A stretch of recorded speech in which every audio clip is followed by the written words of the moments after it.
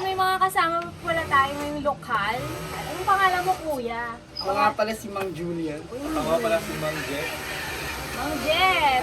Ay, at, Papa. sige, sige.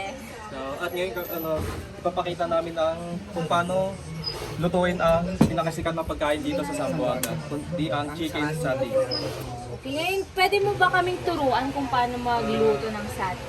Mang Opo. Jeff. Siya nga po pala si Mang Jeff. So, ang una po is imamarinate muna natin ang manok. So, May hugas ka. Kamay mo, Mang Jeff. Ko, kaya So, nilalagay namin yung mga ingredients. Oo, seasoning. seasonings. Yan, garlic. Garlic.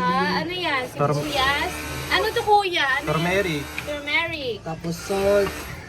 Ano to? Chili powder. Chili Chili powder. powder. Ano to? Ano to? Ano? Ano to? Ano yung ano? Ayan. Turmeric. Tapos yung brown. Asin. Siyempre, buhusan natin lahat. Ayan na, may arabo ah. Arabo ka ba, Mang Jeff? Hindi, boss. Mukha lang araw. Ay, mukha bang arabo? So, lagyan natin din ng asukal. 2 spoon of sugar. 2 spoon of sugar. Isa pa pre. Yan. Galing-galing ng partner ko na si Mang Jeff. So, anong next na gagawin natin dyan, Mang Jeff? Lamasin lang natin Namarinate yung... natin for... Ano ba? Lamasin muna, be. Lamasin mo. Lamasin lang natin ang karne. Tapos lang. Ang galing lumawas si Mang Jeff. Grabe, expert na expert. Sana sunod ako. Ay! Ay! Ikaw amang pula.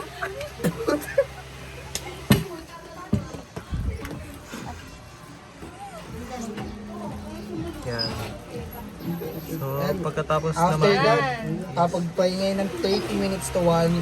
Okay, after lamasin, pagpahingin daw mo muna. Kasi, Napagod sa kakal. Napagod yun. lagyan na So, lagyan natin ng ano yan? clean wrap. Cling wrap.